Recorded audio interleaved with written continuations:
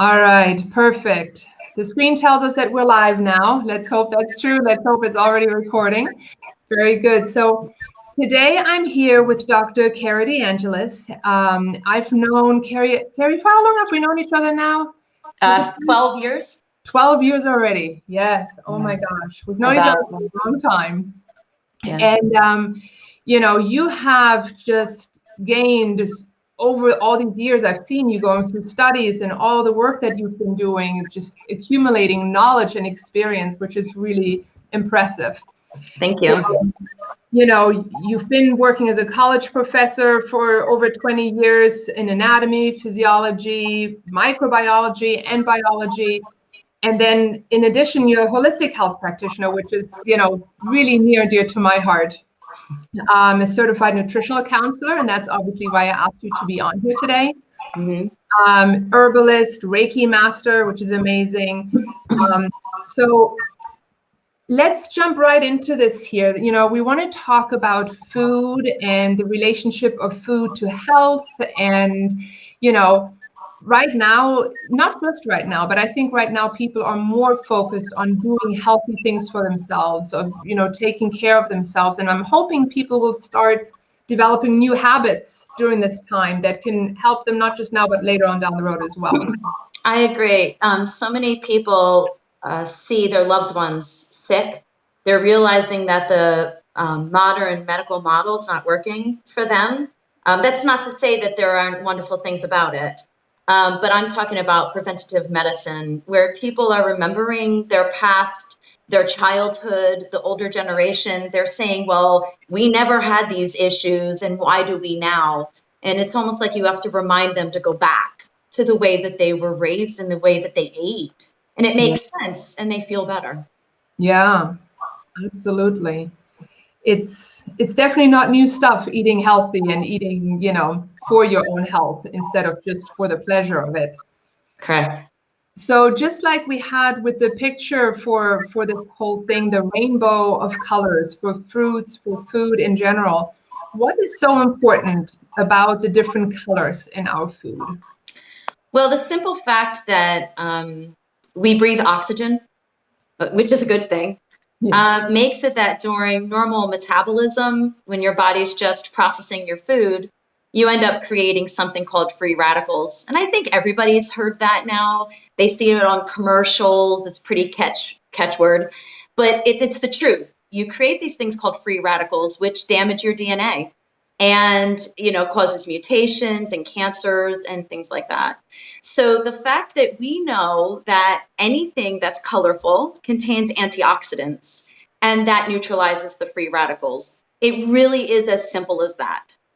So if we could just eat as much antioxidants as possible, anything in your colorfuls or aromatics, we know that we can neutralize these free radicals. And we know that we can stop cancer from occurring. And of course, there are other reasons why cancers occur and autoimmune diseases occur that, maybe we can't help that.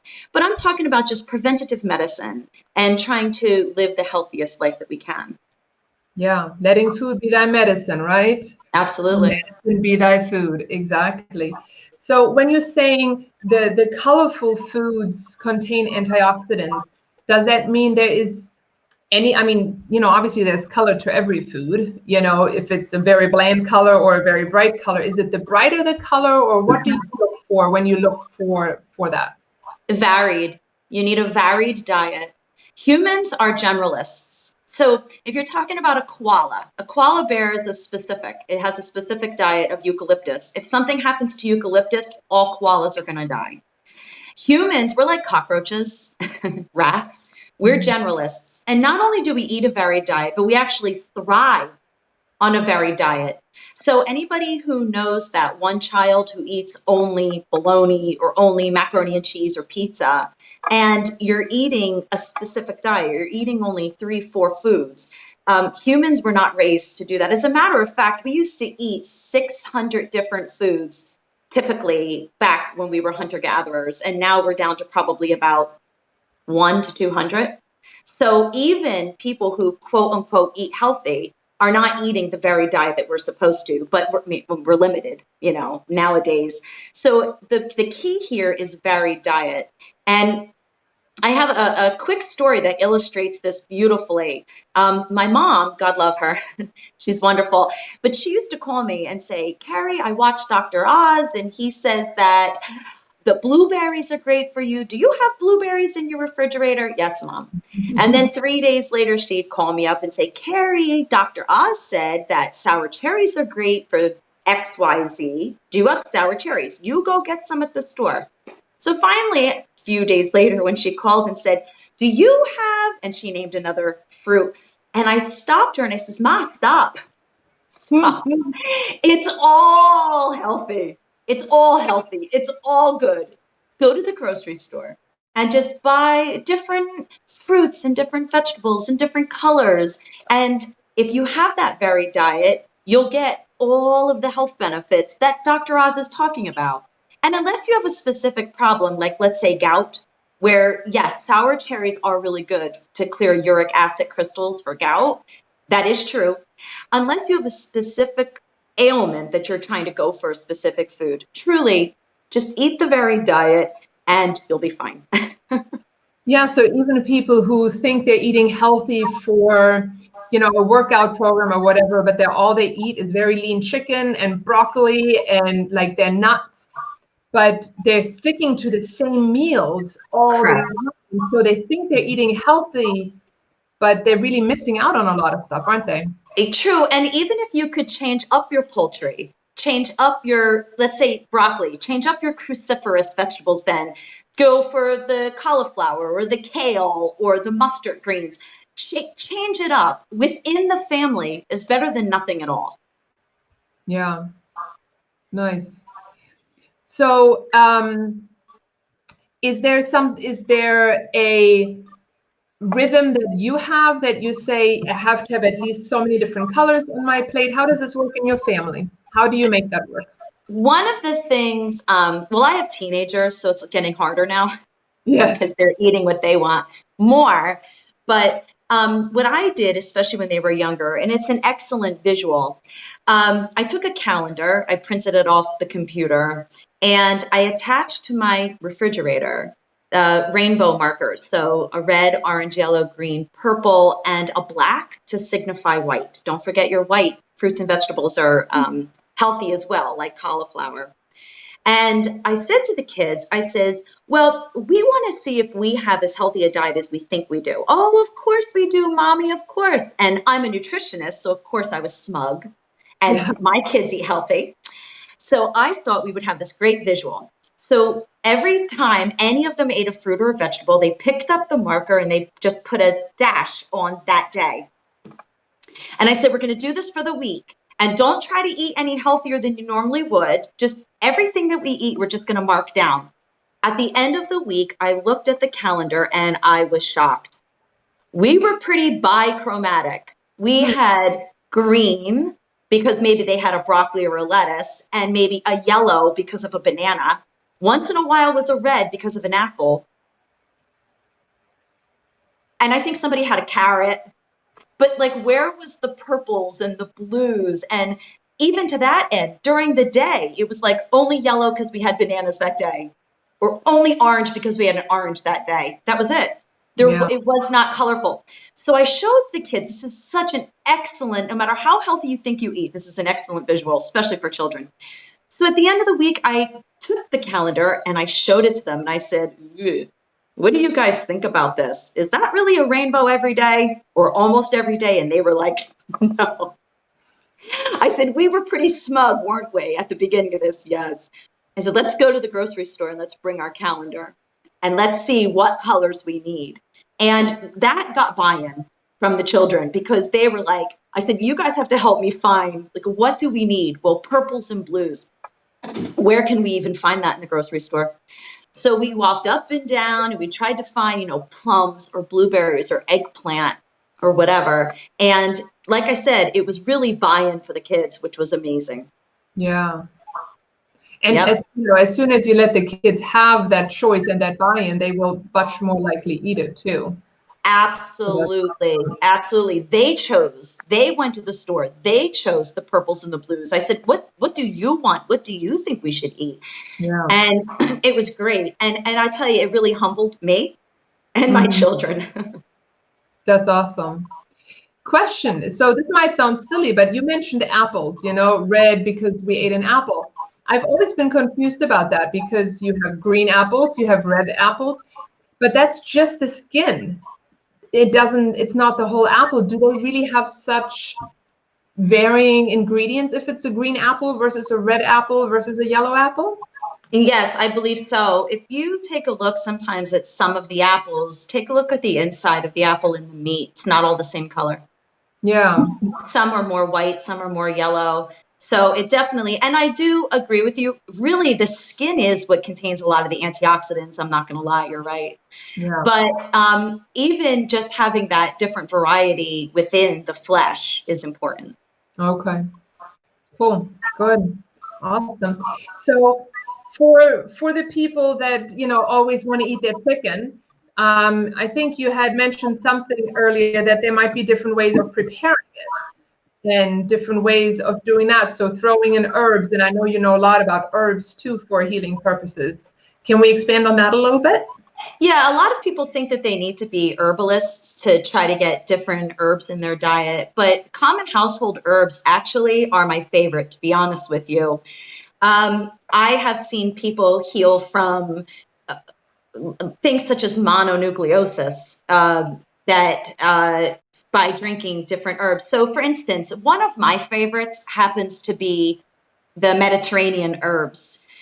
Your sage, thyme, rosemary, even oregano. You got to watch oregano though, because if you make a tea out of oregano, boy, do you know it. It's very strong.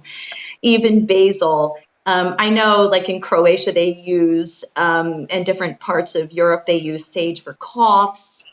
But besides that, your Mediterranean herbs are antiseptic, antiviral, antibacterial. So in my household, we use them if somebody's starting to get sick, such as like a sinus infection or like really sick. I will make them the sage, thyme, rosemary, a little bit of basil, and I'll make a strong tea out of it and put some honey in it, and then we drink it. So do I also you literally take the herbs out of the shaker and just put them and steep them in hot water? Like, is it that yeah, simple? crush them up to make them more aromatic and steep them in a tea and then strain it and drink it.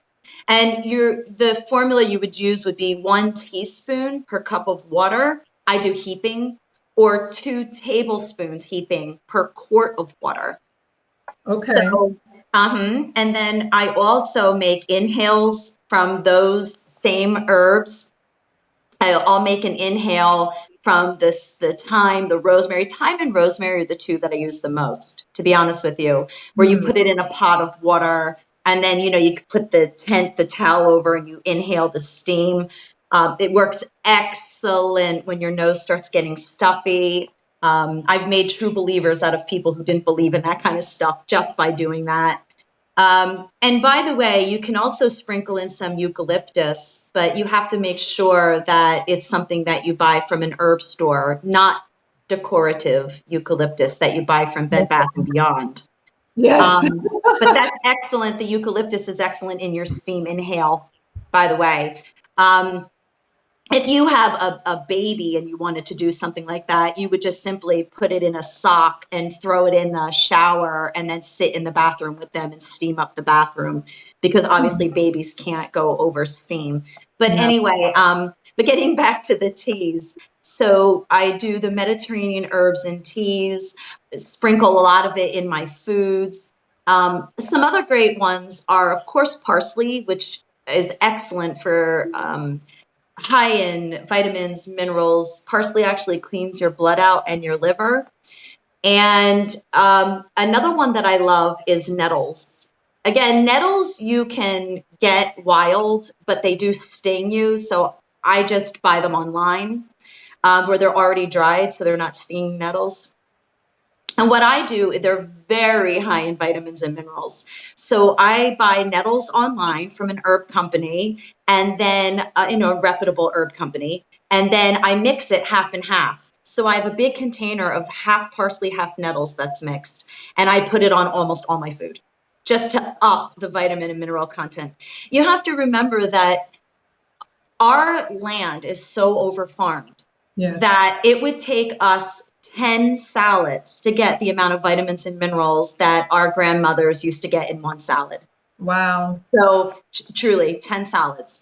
So even if you're eating healthy every day, your vitamin and mineral content is not as high as it actually is supposed to be for a human. So whenever I can up the nutrition in my food, I do. And the parsley nettles mix is one of the biggest ones that I do because it doesn't have a strong taste like the Mediterranean herbs. So I sprinkle it on chicken, in soups. I make sauce, anything. The parsley nettles goes in it. Interesting. I've never used Nettles, but now I definitely will try that out. Don't get overzealous with it at first because it can taste green if you add too much. You just want to start a little bit, sprinkle like you would your parsley. Yeah, but it's all dried, obviously, dried nettles and dried parsley. How much fresh parsley would you have to eat in order for it to actually make a difference, for it to actually be beneficial? Because I'm thinking of parsley, of just sprinkling a little bit of fresh parsley over something. But that's in my, I always thought of that more as decorative than having a real nutritional benefit.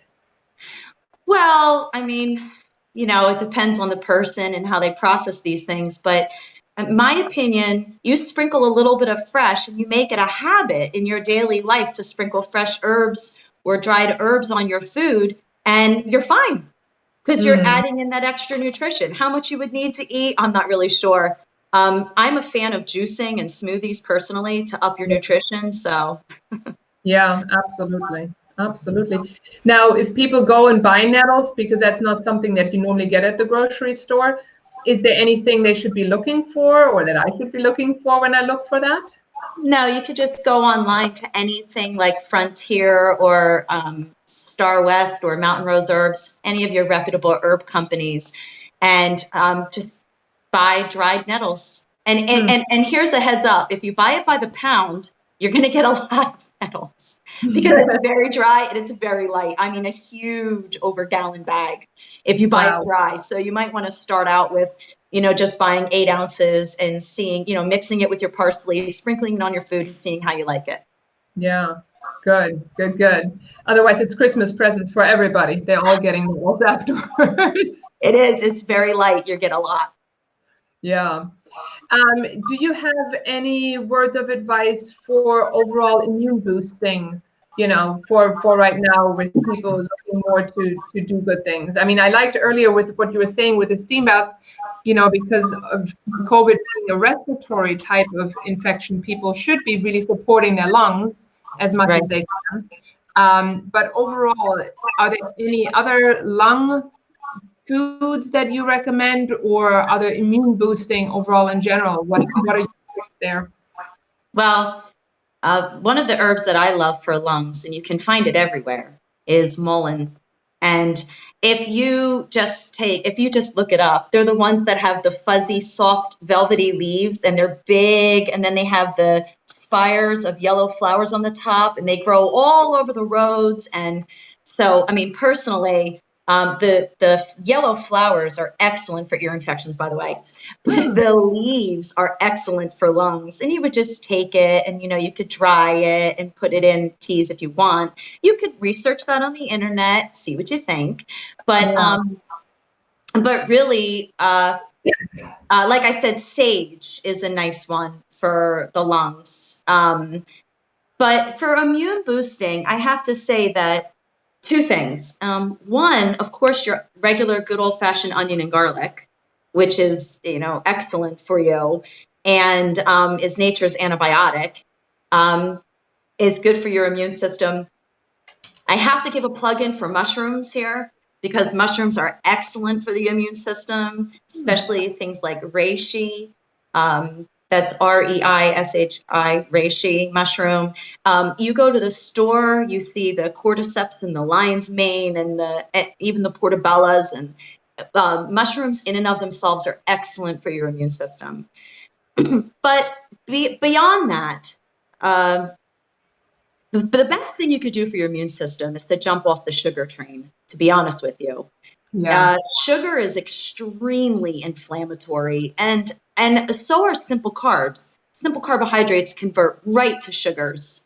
And so people who say, well, I'm trying to eat healthy, I'm trying to watch my weight, so I'm just going to have a handful of pretzels for a snack, you might as well stuck your tongue in a sugar bowl, to be honest with you, because pretzels are just a simple carb. They convert right to sugar. Now, I'm particularly a fan of pretzels. I love them myself. I'll eat them here and there as a snack. But I'm saying if you want to get healthy, jumping off that sugar and simple carbohydrate train and trying to eat more like lots of healthy fats and some proteins in the form of nuts and seeds is probably your best bet, because your immune system is intimately linked to your endocrine system. And so if your endocrine system is all over the place, let's say you're eating your sugars, you're spiking your insulins, your sugars are dropping, your insulin's dropping, your sugars are spiking. It's a vicious circle. And since your endocrine system is intimately linked to your immune system, you're really going to affect your immune system by throwing off your insulin. And so if you could get your insulin under control via not eating so much sugar, and I'm not saying you can't have sugar once in a while, but the human pancreas was created for about 10 teaspoons of sugar a year. Let's let that sink in. A year? 10 to 20 teaspoons of sugar a year. Wow. Because where would you have gotten sugar prehistorically? Where? Nowhere. You would have gotten it in fruit, but it's linked to the fiber in the fruit. Now the fiber is going to mitigate the release of the sugars. Where would you ever get a spike in simple sugars? Okay, maybe honey. Yeah. Maybe you could convince that poor schleppy kid in the village to climb up the tree and get the honey, but you would bring that honeycomb down and share it with the whole village. Mm-hmm. So even sugar cane is linked to the fiber in the cane. So you wouldn't be getting these sugar spikes. You look at one can of Coca-Cola or Mountain Dew, and that's 14 teaspoons in one can. Yeah. You just drank your whole year's supplies. So we're completely blowing our pancreas out. Everybody with the diet. Just look at the ketchup has high fructose corn syrup in it. So trying to really be mindful of not eating your sugars. And again, I love chocolate. I'm not saying I don't eat sugar. I do sometimes, but it's not like it's an everyday occurrence for me. Yeah, absolutely. So. I read in an article that by drinking one can of soda, you're completely destroying your immune function for about 5 hours. I could actually believe that. Because even if you're talking about the acids, the carbonic acid, the phosphoric acid in your soda, you just turned your body acidic. And now your body has to leach the calcium out of your bones to alkalize you back again, because your blood is slightly alkaline. So soda really, we could do a whole podcast on that. Yeah, absolutely. Absolutely. So yeah, back to what I was saying. If you could just balance your sugars out, it absolutely does wonders for your immune health. Yeah. And your other endocrine health, including your thyroid, including your reproductive hormones. Mm-hmm. Absolutely. Absolutely. Sugar is, I think, a much bigger risk factor than fat. And people are always like, oh, I want fat-free this, fat-free that. Oh, no. Because fat-free has so many chemicals in it, and they up the sugar content. Yes. They up the sugar content to make it taste good. Yeah. So you have diabetics eating fat-free yogurts or whatever, and now you just threw your sugar content through the roof. Like, what are you doing? No. Yeah. You're actually better off having the full fat, which has a slower release, than you do in getting the sugar-free, the fat-free and having the high sugar. And that's something that I think the older generation, they were raised in the fat-free era. So they get fat-free this and fat-free that. And one of the problems with that is now they're not getting their fat-soluble vitamins. You have to have fat in your diet to absorb your fat-soluble vitamins A, D, E, and K. A, D, E, and K are your fat-soluble vitamins. And so now you're talking about healthy cell membranes, healthy skin, healthy hair, and your brain is made mostly of fat. So you're having a healthy brain function by eating your healthy fats. So I'm not saying to eat a huge 16-ounce porterhouse every day to get your fats. That's not what I'm saying. But your healthy nuts, seeds, avocados is very important for your health. Yeah, absolutely. But trying to convince somebody from the fat-free era of the 1950s, it's very difficult. Because all they think of is that thick part of fat around the bacon or around a steak or whatever, you know what I mean? They don't think of all the other fatty parts that are so important. Absolutely. Absolutely.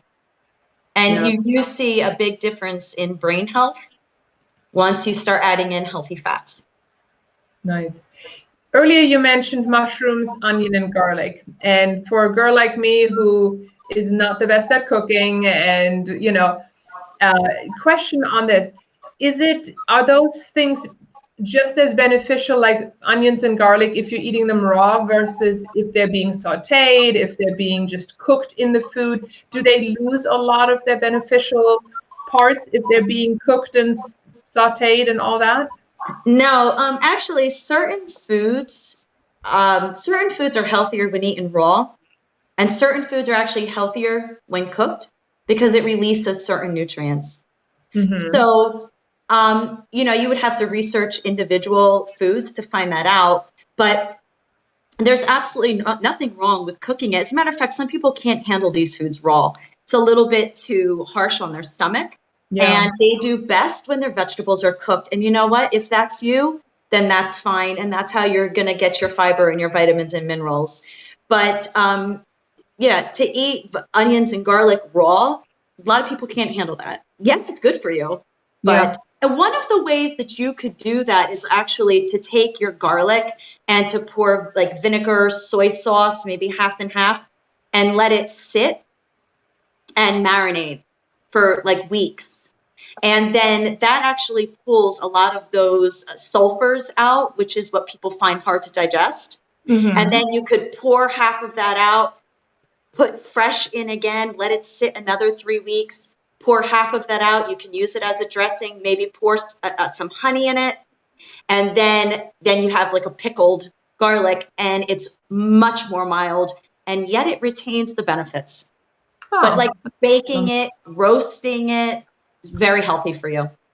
Good. I'm glad that as long as I can eat that stuff, cooked and all that it's still good, because I'm not loving some of that raw stuff sometimes. Correct. And humans have evolved to eat cooked foods. So now there are people in the raw community that say that raw is best. And I won't get into that debate because I believe that raw is best in many situations. That's something that people need to research and figure out themselves. Yeah. Yeah. And you got to enjoy your food to a certain degree, obviously, as well, because otherwise you're not going to reach for it. It's going to be much harder to stay on that train if you're really not liking what you're eating. Oh, absolutely. Absolutely. Yeah. Yep. You have to find what works best for you and how good you feel. There's people with irritable bowel or Crohn's disease that simply cannot eat raw vegetables. And so to that, I say, okay, well, then you do what's best for you. Yeah, exactly. Want to give a quick shout out here. We have Janie and Kelly and Leanne. Leanne is saying hi. She says, Keri is awesome. Thank you. Erica is watching too. So hi. It's always the ladies, right? The ladies that are interested in the food. I love that. We're feeding the family. Oh, by the way, feeding the family. You said earlier, feeding the family on a budget, because people think that eating healthy can be pretty expensive. Give us your thoughts on that.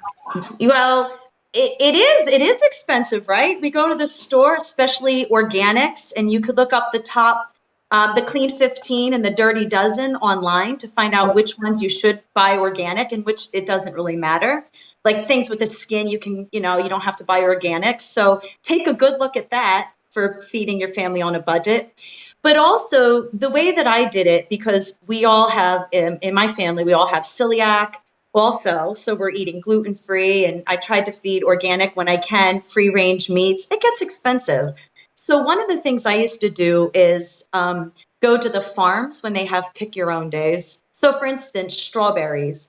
At the orchards, you go, you pick them, pick your apples, pick your peaches, and then I would go home and I would freeze them, and I would clean them up and put them in freezer bags and freeze them.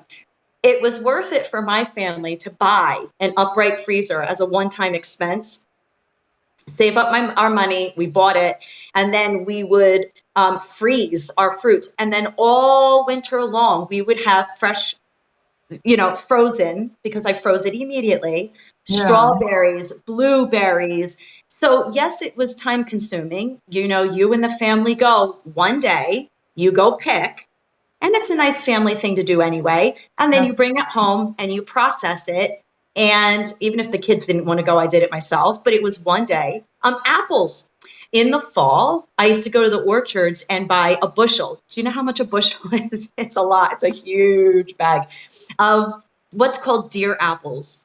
Deer apples means that they can't sell the apple because it doesn't look pretty. So maybe it fell to the ground and has a bruise. Maybe a bug crawled through it, so there's a hole in it.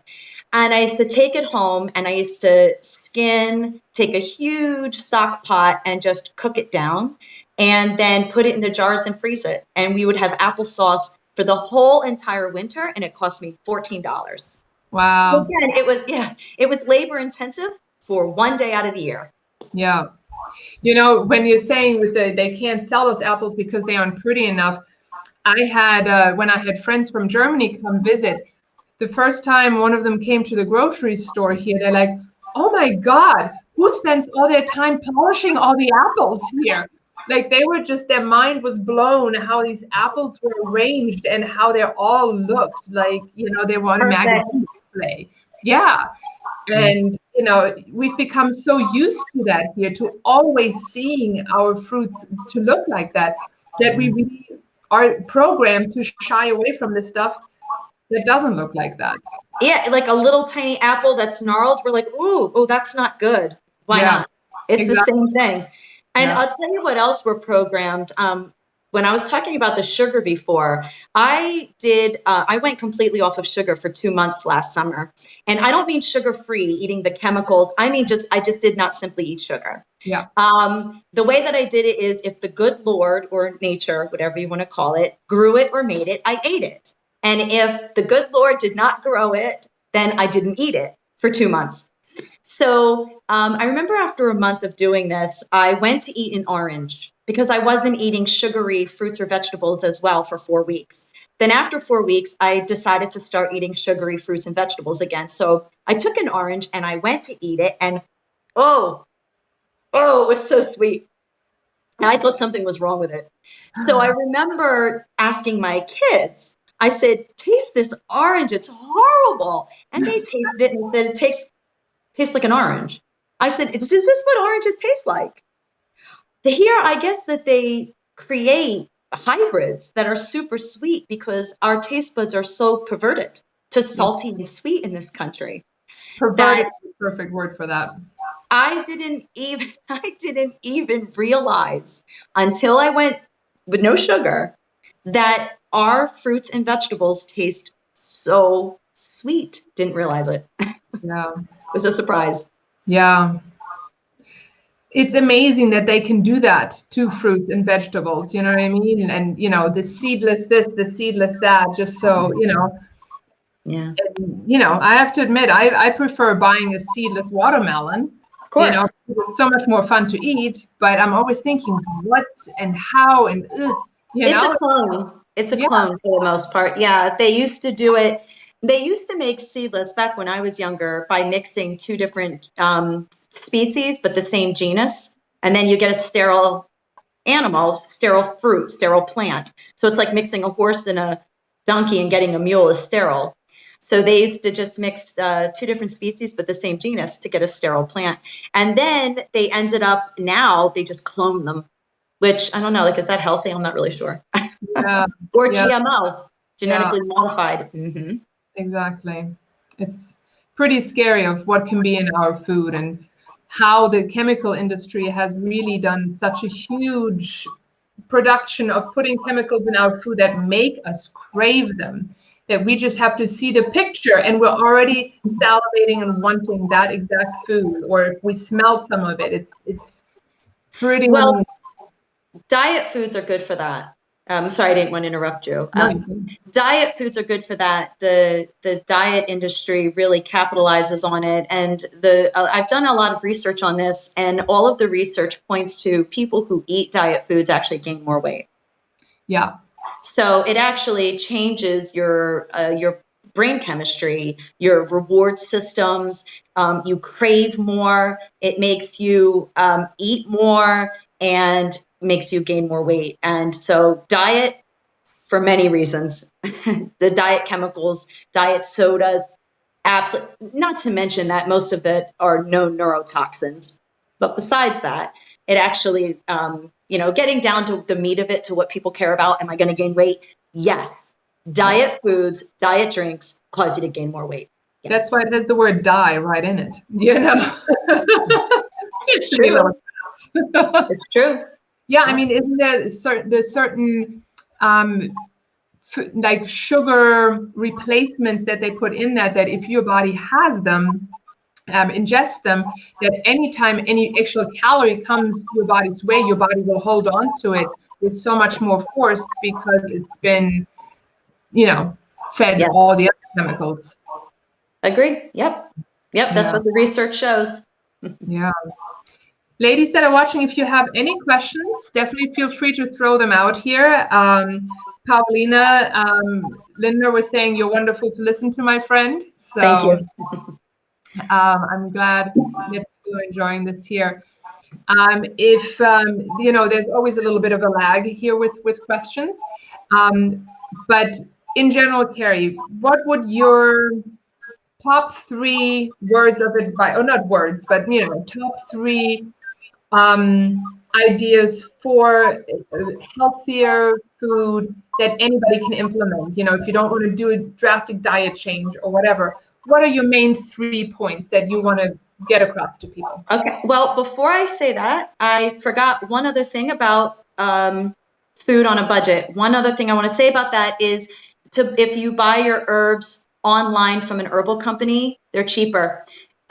Parsley at ShopRite or Weiss or any of them, if you look at the tag, is $44 a pound. But if you go to an herbal company, you'll pay $12 a pound. Wow. Yes. So if you're putting a lot of it, I buy everything by the pound because I use it in my food a lot. So that's just a word of wisdom to, you can get your container from ShopRite and then keep refilling it because you bought it. Yeah. I don't want to put ShopRite or Weiss or Giant out of business. I love them, but on a budget.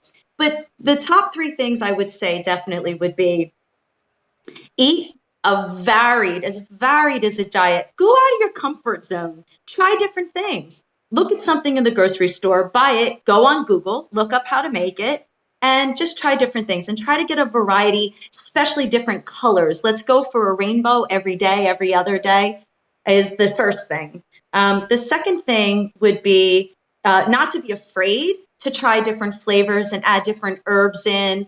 And like we said, use them as teas and drink them. If you're not feeling well, it really works. And you could drink, as an adult, you could drink a quart a day of these teas. A child, let's say of 5 years old, would drink a cup a day. Okay. So you could go in between there to figure out what you should be.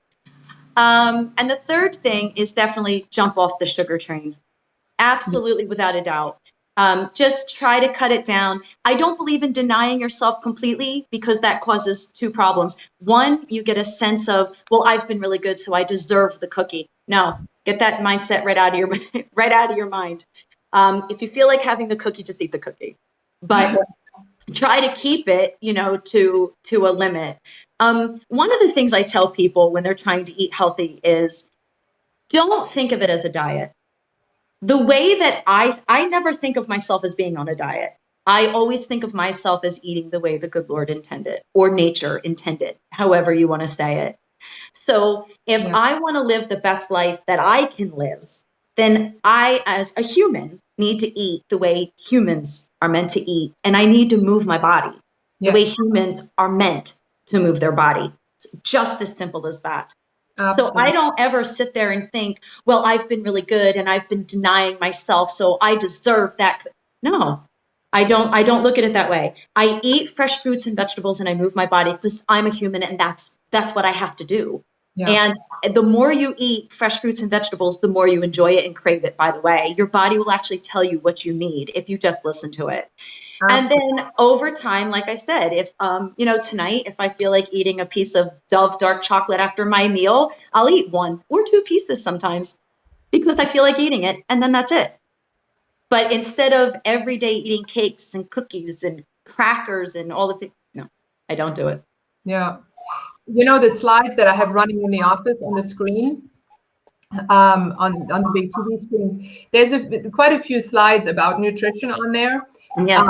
And one of them, it always hits me because, I lived in that mentality for a very long time of using food as a reward and saying, oh, I've done so good with this and this, or I've been through this, so now I deserve to eat this. And this slide says something to the effect, what you think you deserve is actually a punishment for your body. So why are you punishing yourself,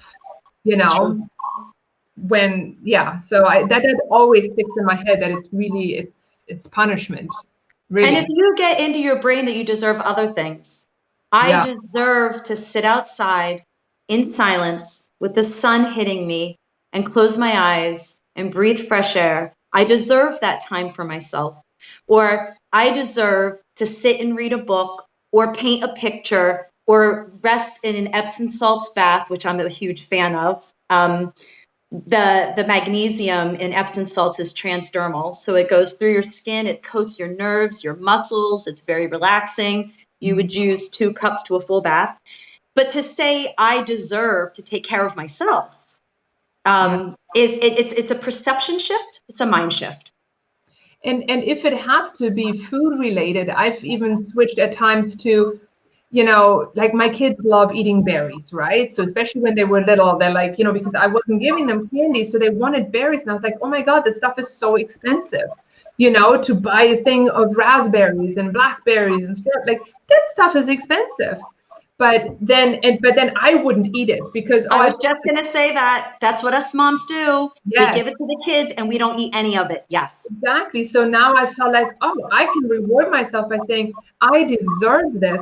Yes, I deserve to eat a little pint of raspberries or something, so that it can still be a food thing, but on a different playing field. I completely agree with you. I fell into that trap as well, as did a lot of my friends, and I still do. It's so expensive, and I've been buying it for my children, and even lately, and I always ration myself just a little bit because I want to make sure that they get it.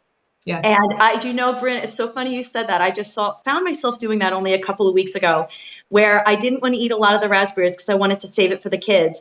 And I was like, but doesn't my body deserve fresh raspberries too? I'll go to the store and get more.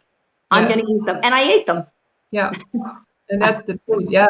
I'm glad you brought that up. A lot of moms do that. Yes, we had a question earlier from Leanne. She asked, what herbal companies? I know you mentioned Frontier. That's a company that I'm familiar with. But what other herbal companies did you mention? I use Mountain Rose Herbs because, and I can't speak about the others. You'll have to research them yourself. But Mountain Rose Herbs has a lot of organics. They're a zero waste company, a fair trade company. And they take great pride in going to different areas of the world and giving jobs to people in the mountains, in poor countries, in the Middle East, in Africa, and South America, where they actually have these people growing it and ethically harvesting and wildcrafting. It's such an ethical company, Mountain Rose Herbs. I truly appreciate them. And so sometimes I pay a little bit more there. Sometimes I don't. But I mean, what's a little bit more? If you're talking about parsley for $12 a pound, so that's who I use. If I can't get something, I will go with Frontier. or what is that, Star West or whatever. You can look on Amazon, but and there's a lot of little companies that are good. You just have to be careful because, when you're importing herbs, you have to be careful because a lot of times the herbs are then sprayed with fungicides, pesticides. You have to really know your company. Yeah. Okay, which is why I just like going with Mountain Rose, because I research them, I like them, and I just stick with them. Yeah, perfect. Good. Awesome. All right. I think we covered a lot of ground here. We went all over the map. That's awesome. I love that. Keri, thank you so much for being on with me here today. This is cool. I love that we get to connect on these different ways now and share all this information here. Yes, and thank you. If people have questions down the road, feel free to post that on here or send me a message privately. I will make sure that Keri gets those messages so that she can reply to you. I know she's not on Facebook all that much. So I will make sure if there is questions that I will pass them on to you, Keri. And yeah, I just want to say thank you again for taking the time out of your day and speaking with us here today. It was very cool. Thank you for having me. I appreciate you. Yeah, my pleasure. My pleasure. I'm glad we got this to work out. All right, everyone. We might come up with more topics for you next week and the week after. We'll see what comes our way. If you ever have any requests for something that you would like more information on, feel free to shoot that my way. I'm always happy to see what kind of experts I can find to interview here. And yeah, I hope everybody enjoys the rest of this gorgeous day that we're having out here. And wishing you a happy Memorial Day too. It's going to be weird without all the normal, barbecue. Great. Have a beautiful day, everybody. Thank you. Take care, everyone. Bye.